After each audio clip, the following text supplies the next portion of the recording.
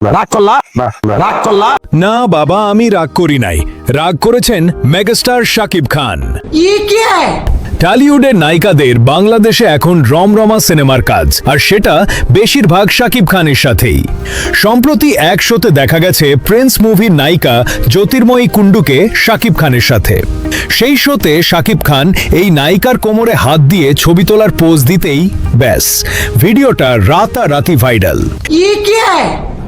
এরপর সোশ্যাল মিডিয়ায় শুরু নানান গবেষণা ও আলোচনা সমালোচনা।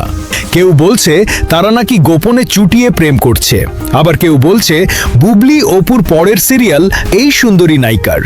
রাগ করলা? ওই মিয়া কি হইছে? বারবার কি আর রাগ করলা? এগুলো অবশ্য নতুন কিছু না।